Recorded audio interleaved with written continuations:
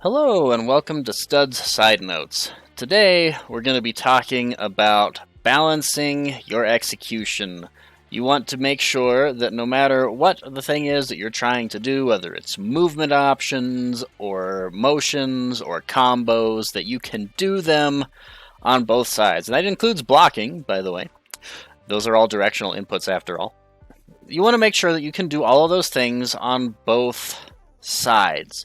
So let's say, for the most part, when you're playing one of these games, there's a combo-specific challenge mode in most of these games, and it starts you off on the player one side, pretty much always. So let's say you can do all your cool combos on this side. Let's say that 80% of the time you can do your dash forward jab and then get a full combo off of it into everything that you want. You can get the delayed aerials into launcher, you can get triple fireball motion at the end to get the full thing. Great. Awesome. Cool. You get that 80% of the time. So the vast majority of the time as a new player, that's decent percentage of combo execution. You can get your cool combo 80% of the time, and if you do a standard bread and butter combo, you're probably getting it 90% of the time. So that's really good. But that's not the whole story, right? Because after you've gotten it to where you're pretty consistent with your combo, which is what you want to do, right? You don't want to make sure, oh, I got it once, I can go play people now. You definitely want to try to make sure that you're consistent with it, because while I do think that playing matches against players is very important and you will stunt yourself a lot if you don't do that, rolling into a match and being able to get the combo you want 30% of the time is way more damaging to your mentality than just spending that extra time to at least be getting it over half the time. 80%, solid.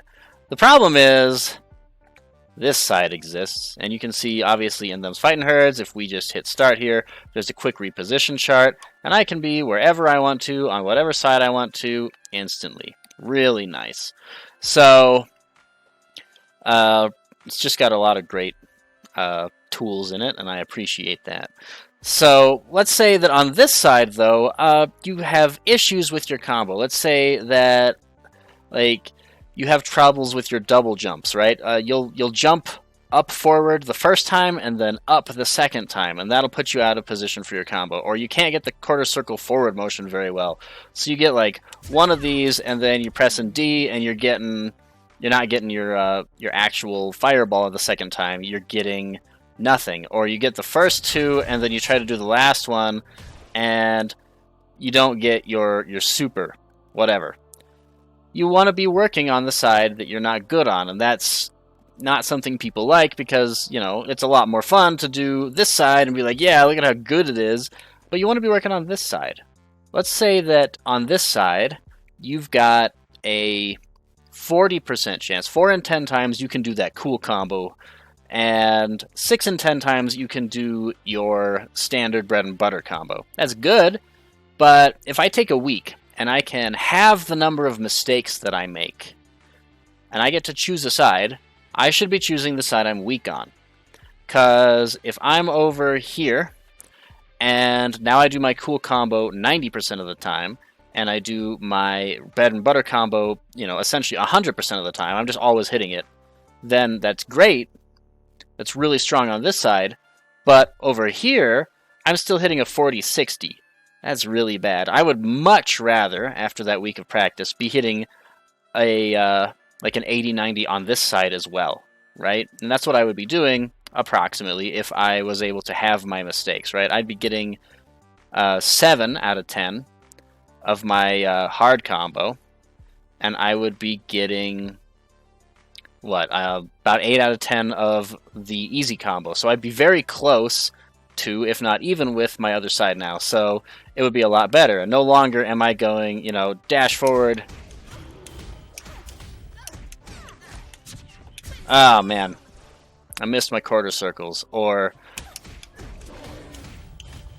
oh, man, I missed my jump. Right? And so that's how you can really maximize the efficiency of your training. It's not just about picking the right things and working on them, right? And picking, something and going 5 minutes on it or whatever, like we were talking about in our original training video. That's a great way to start. But then you want to start picking on things that you need the most work on. And so if we're not good here, we need to be practicing on this side more often so that we get better. Because the great thing about not being good at something on a side is that you'll get better at it a whole lot faster, right? If I'm already good on this side, I can't get much better. There's not a lot of room for improvement here anymore, so I'm not going to see a lot of improvement. And yeah, sure, it's fun to get the combo a bunch of times, but that'll get boring. But here I can keep myself engaged, even though it might be a little more frustrating if you're missing it a lot. That can happen. Keep it a game, make it fun, but this is where you'll get better. This is where the improvement is going to matter to you, because when you're on this side and you get the combo, you're not going to be like, yes, in a match. But when you're on this side in a match, let me tell you, the frustration that you deal with for a little bit of time in training mode while you're fighting to make this combo work is going to be rewarded when you start playing your matches. So you definitely want to be trying to maximize the efficiency. Pick on things that you're not good at. Like, for example, right now in my current training, obviously we do one defensive, one neutral, one offensive thing in our guides. I'm kind of doing the same thing here. So one of my big problems right now is jump fireball into double jump. I am not good at that, and it is so important for Oleander, because unlike a Ryu fireball character where she can do a fireball on the ground, but now she's stuck until I jumped there. She's stuck on the ground. Here, I can push a fireball. I can jump instantly. I can do whatever I want afterwards. So against like the high air mobility characters, Palm, Tianhua, obviously, we can throw a fireball. We can jab. We can retreat fireball. Try to keep space. We can approach with it. We can do all kinds of cool stuff. We can jab first and fireball afterwards. We can do a lot of cool things, but in matches, I miss that all the time, especially on this side. This is where I'm bad. I'm not good at throwing these fireballs from this side, so this is what I need to work on. Similarly, you can do this with movement. So, I am obviously not a Tianhua player, but I have seen when I'm playing against them that they do something that looks an awful lot like this to me when they are pressuring me.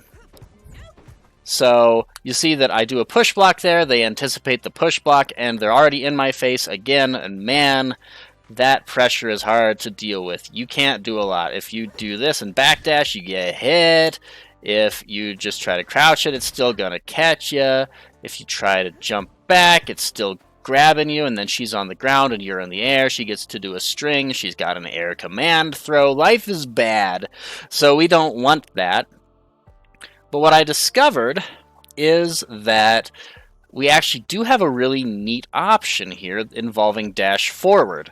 And you might be thinking, well, how does that work? And if you're imagining that it looks an awful lot like this, then fair enough. That's a perfectly reasonable expectation of what happens. But there's actually something that you can do that we've covered before in movement. If you do a wave dash motion here, in order to make sure that she's catching our jump backs and our dash backs and our push blocks, she has to put so much forward movement into her jump ins that Tianhua can't cover dashing under and then ducking. It doesn't hit. Even though crouching increases our hurt box quite significantly, and I think we can show that. So you can see that when we duck, our character becomes much wider, much easier to hit. Despite that, our dash forward allows us to get to a position where she can't hit us, even if we're crouching. So that's really strong. However, there's a problem, which is that for most players, the player one side wave dash is harder because your thumb is really good at the motion that allows you to go to the left because your thumb moves that way naturally. But to move to the right, your thumb doesn't really work that way, right? That's not the way that it's designed to be strong and fast and powerful, assuming that you move around with your left hand, which most players do. It doesn't work as well, so those wave dashes, they're usually not as crisp, they're not as good, and in a situation like this with a lot of pressure, you want to be able to do that. You want to make sure that after you've shown this Tianhua that you can do this, that she doesn't find out the round afterwards that you can't do it if you're over here. And that is how you can really maximize your training. So I hope that this helps you out, and I hope to see you again during our week of pressure. See you there.